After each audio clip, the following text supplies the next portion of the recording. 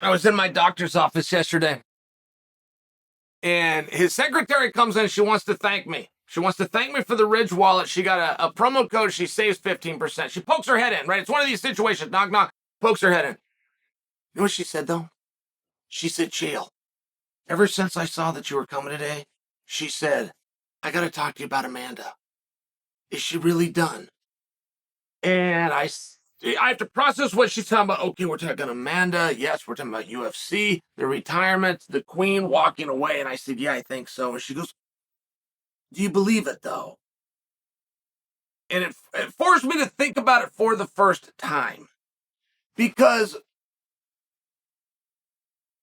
what are you betting there? If you bet that Amanda's gone, what are you betting? You're trying to weigh, does retirement, does legacy, these things that matter, does, from a financial standpoint, do I have enough? If you're in Amanda's spot, I have a wife, I have a child. From what Amanda tells us, she would like more children. Does she have enough? I don't know. I just don't know that part of her. But I do know most retirements are really hard, and most people that go out don't do it on top. And the ones that do go out and they do it on top, Lennox Lewis, Floyd Mayweather, Khabib Nurmagomedov, George St. Pierre.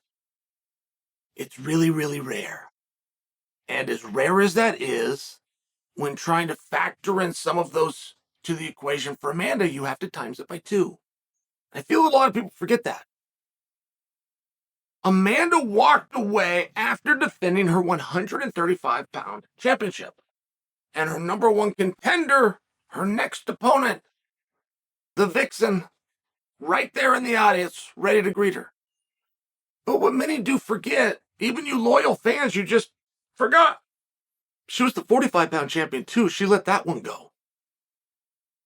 And see, I wanted this to be the swerve, right? I have my own evil desires as a fan. I do the cheer, sure I do. I want to see somebody succeed, but then I have an evil side where there's also a part of me that wants to see somebody fail. If I don't have a guy that I really am cheering for in a fight, I'll just look at it from the other perspective. Who do I want to see lose? And I can go match after match after match, week after week, channel to channel. Seems to always work out for me. I was hoping, and it was hope against hope, but I was hoping that Amanda was going to retire from 135. She's got the Vixen right there, and she knows this is what Julianna wants. You are my enemy. Generally, I would have to defeat you in the unified rules in this sport, but I am in one opportunity, one time. I got one shot. Should I choose to take it, I can hurt you, Julianna, by just telling you no. And I was thinking how wonderful this would be after that set in. If Amanda then came out and clarified to the world, I didn't mean both belts.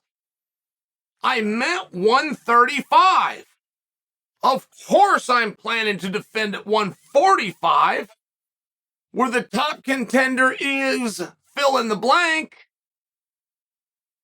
with pay-per-view points attached and millions coming my way. I was hoping for that, and I knew that was unlikely, guys. I knew that really wasn't it, but we have seen crazy things within the sport. I mean, look, Henry Cejudo took his gloves off to retire. They took too long to get him the microphone.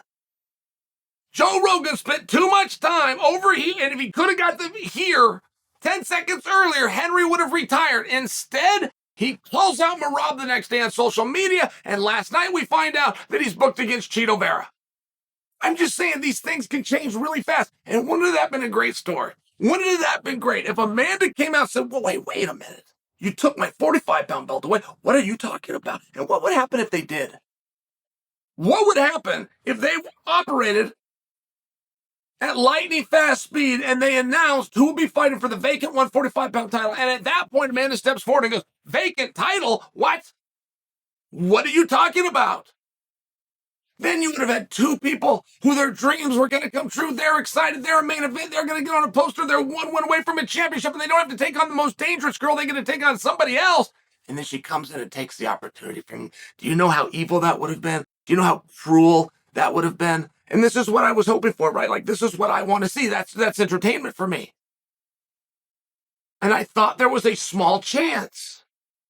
She laid down 2 belts when she retired, which to the smart mark would signify 35 and 45, but you could also look at it different and go, well, this is the belt of my team, and this is the one that they just handed me for tonight. There's 1, there's 2, 45 still mine. And so when the gal popped her head into the office, and she asked me, do you think it's true? Do you think Amanda's done? Yes, I do. I do think she's done.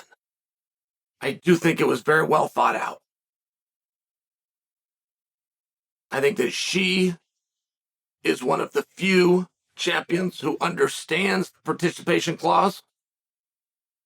I think that she's one of the few people that's fully aware of what she's walking away from, right? If she was to come back but no longer champion, she could go do the same thing in the same placement with the same attention and the same media, nowhere near the same prize.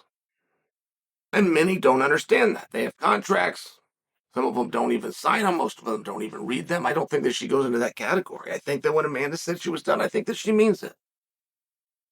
And it was set up, right? If this was a movie, boy, it was set up for the perfect turn, the perfect spin. But I don't think we're going to get it. I think the queen is done.